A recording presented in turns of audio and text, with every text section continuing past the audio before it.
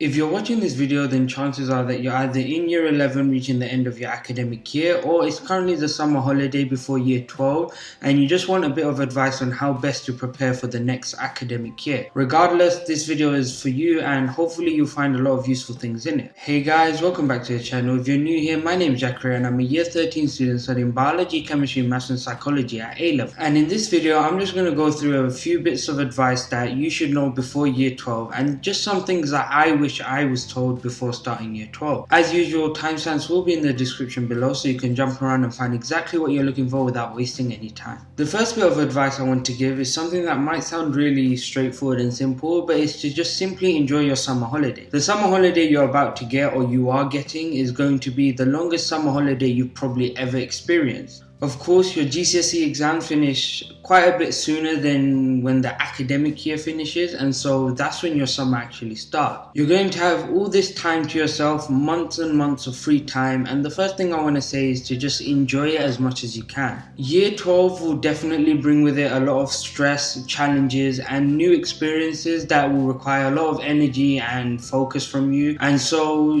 it's really good to just take this summer holiday as a time to relax your brain, let your brain unwind and just move away from education and just school in general, and use the time to just enjoy doing the things you love. You'll probably find that with all this spare time, you don't actually know what to do, but that's perfectly fine. Give yourself time to maybe discover new hobbies or spend time on pre-existing hobbies and just enjoy the blissful few months that you have before year 12. Now, the last thing you want to do is revise ahead for year 12 and start studying your A-levels or whatever course you're planning to start in September. This is something that I hear a lot of people talk about doing, and in my opinion, A-levels are hard enough, and if you've just finished your GCSEs, then chances are that you won't have a proper understanding on how to go about teaching yourself A-level content. And so that's why I think that even if you spent the whole summer trying to get ahead of your A-level content, you wouldn't be able to make a significant enough impact on your work that would justify spending all that time. You'll have plenty of time to study for your A-levels, and even though a lot of people will tell you about the heavy workload, it's clearly possible since every year people sit their A-levels after studying for it for 2 years. So don't waste away your summer trying to give yourself a little boost ahead of the year. It's not worth it, and you'll probably end up regretting it once you start in September and realize that you're not much more ahead of everyone else who was able to actually enjoy their summer. Now, the second bit of advice that I want to give you guys is to be prepared for the jump in work. Now, this is probably something that you'll hear most often, but it's seriously something that you should brace yourself for. In my opinion, whether you've highly anticipated the workload and you've mentally prepared, or whether you're going into year 12 completely blind, the workload will definitely hit everyone. And so I don't want you to worry too much if in the first few weeks you feel stressed or overwhelmed. Just for reference, I actually got grade 9s in every subject that I did for GCSEs. And even then, I felt like A-levels were definitely really overwhelming at the start. So don't worry if you feel a bit out of depth. As long as you keep focused and you keep trying as best as you can, you will find that you will eventually adjust to the workload of A-levels and it will definitely become less stressful.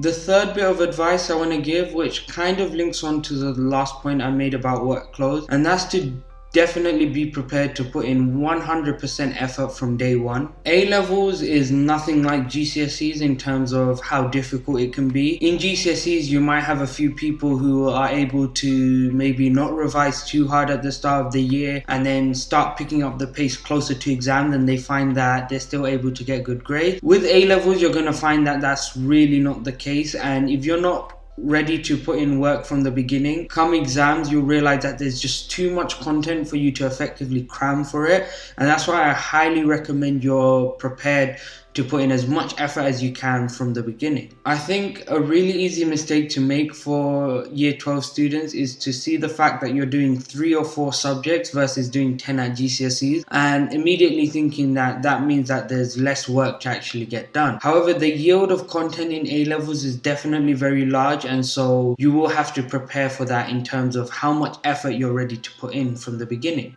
if you approach your A-levels and year 12s with a very laid-back mentality, then you're going to be ending up playing catch-up for the rest of the term, and it's going to be like a domino effect where everything will start building up, and next thing you know, you've got all these unit exams coming up or mock exams, and suddenly you're not able to catch up with all the content. Now, don't get me wrong, this doesn't mean you burn yourself out and you just ignore your mental health or your physical health, but it does mean that you will have to put just that little bit more effort than what you were doing at GCSEs, which is just something you can't really get around. Now, the fourth bit of advice that I want to give you is to not be shy when you're talking to your teachers. Now, this can be something that's a bit difficult if you're going to a sixth form or college that's not the same school that you were already studying in which case you'll definitely find yourself seeing a lot of new faces, a lot of people you don't recognize, and you might not feel comfortable asking questions from the get-go. But seriously, don't fall into the trap of just suffering in silence and holding back any questions you have. If anything, it will leave a good impression on your new teachers if they see that you're someone who's very eager to ask questions. And I think if you're feeling uncomfortable with asking questions from the beginning and you hold back from asking questions, it's just going to make it a lot harder to ask questions down the line. So definitely break that awkward feeling and try and get out of it. If at any point you feel stuck, get into the habit of just raising your hand and asking your teachers, or even going to your teachers after lesson or during your breaks to ask them any questions you have. A-levels are very difficult, and sometimes being stuck on one concept can have a negative knock-on impact on other areas of your course because a lot of the information is linked together. So definitely don't let yourself fall back on a certain bit of content just because you're too shy to ask questions. Now, the fifth bit of advice is something that is more related to UCAS and thinking about applying to university. And I think it's the piece of advice that I really wish I'd taken more seriously at the start of year 12. And that's the idea that you don't have to say yes to everything. You are allowed to say no to certain opportunities, and it's definitely something that you should practice. Going into year 12, naturally, you might be thinking about UCAS, you might be thinking about applying to university, and most importantly, you might be thinking about your personal statement, the thing that you will have to send off to every uni that you want to apply to. And for this reason, you're probably most definitely thinking about what opportunities you want to apply for. I mean, year 12 is definitely the perfect opportunity to build up your portfolio, do a lot of extracurricular, and just be able to have a lot of things that you can potentially write down for your personal statement when you have to write it over the summer. However, the last thing you want to do is say yes to every opportunity that pops up, which is a big mistake that I made at the start of year 12 and even around year 13, which definitely contributed to me feeling very stressed out at certain points. Saying yes to every opportunity is such a quick way to burn yourself out, make yourself feel stressed and overworked, and it's just overall not the best feeling when you're trying to balance everything. And I think the most important thing to know is that every extracurricular you do most likely won't make it into your personal statement. In fact, I know a lot of things that I invested a lot of time into that looking back I probably shouldn't have because I didn't end up putting it down on my personal statement. And this isn't always necessarily because you have too much to write about and you can't include everything like physically into your personal statement, but it could also be that there are certain opportunities that you take that are just not related to your course. I think it's definitely important to be selective about the opportunities you take.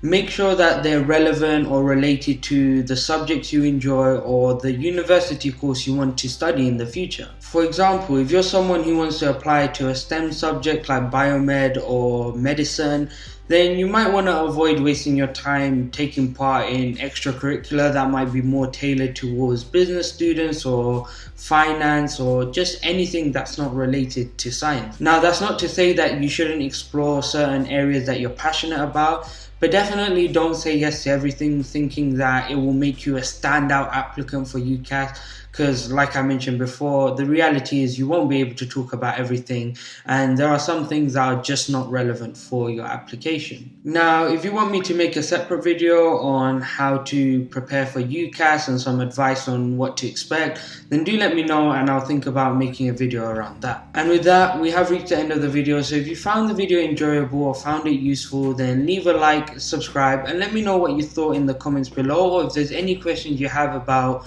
anything I've talked about in this video. If you also have any suggestions about videos you might want to see in the future, do also let me know in the comments below. That's been all from me, and goodbye.